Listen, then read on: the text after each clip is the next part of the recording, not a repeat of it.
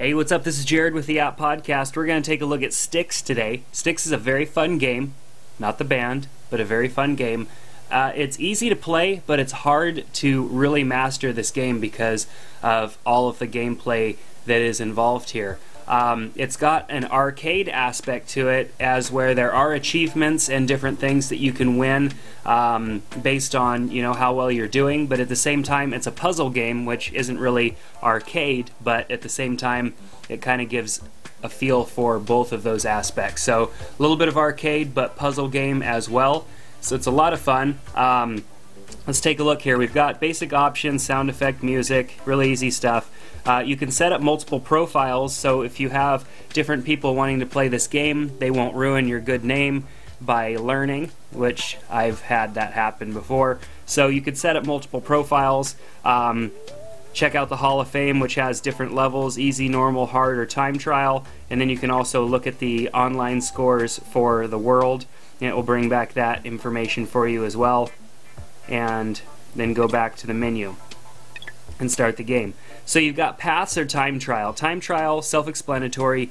You're racing the clock to keep going until you run out of time. Paths, you basically play until you cannot create any more and move forward on any future levels. So down here, these tiles, they're basically just the images, so you can choose what image you want to work best with. I just went with the standard one over there, and let's just go for paths. So we've got easy, normal, or hard. I'm just going to choose easy.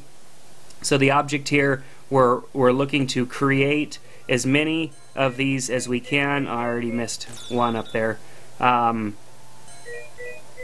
or more, basically. 2 will get them to disappear, but they won't really get you anywhere. So the longer the chain, the more points you're going to get, and the faster it will take you on to the next level. And so obviously the object of the game: acquire as many points as you can, move on to the next levels, and get as far as you can before there are no moves left. And the game will tell you, in this mode, will tell you when there are no moves left.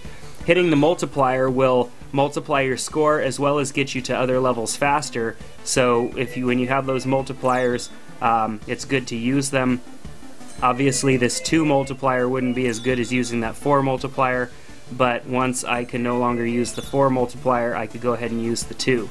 Probably should have used them in the reverse order, but that's alright. So now we're using the 2, and this is going to help us get onto other levels faster and gain more points. So that's the object of the game. There are other modifiers as well, like if you find yourself not being able to move, or you think that you can't move, you can hit the bomb. It will drop a bomb and move you on to some more colors here. So see, we have like a ton of orange now. I can go and get all of those out of the way.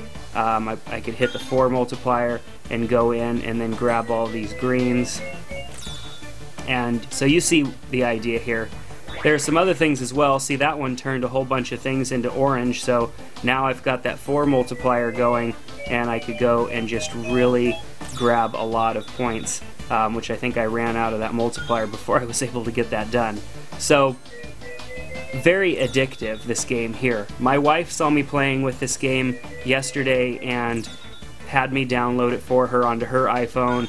I've got my buddy L. Lightner, who I've already seen in the scorecard here, is using this game, and it is just fun and addictive. It's one of those games you could just kind of, if you had a little bit of spare time, you could just start playing it.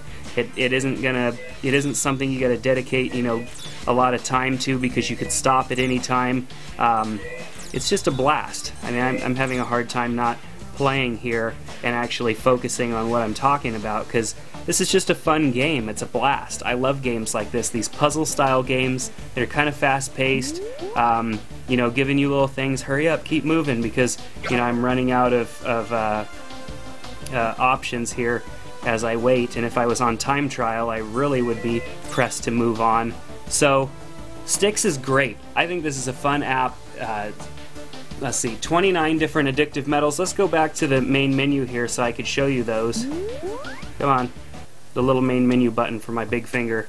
So under profiles here, I'm viewing my profile, and it tells me everything. Games played, how much time, high score, all that stuff, and then my medals, which are those achievable medals that I could get by passing levels and moving forward, which so far I only have one right now, I think. Yeah, just one. So I can go and create another profile if I wanted to, or just go back to the main menu. Obviously, like I said, my wife's got it on her phone, so she doesn't need a profile on my phone. So Styx is a blast. This is a great game with these two different game modes. More to come, they're saying, so I'm guessing they're going to be adding more functionality. It has an iPod music mode, listen to your favorite music while you play.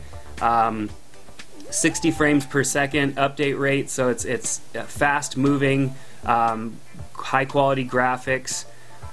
So up to 5 user profiles on your phone, but obviously if you have different phones or different devices, that doesn't matter.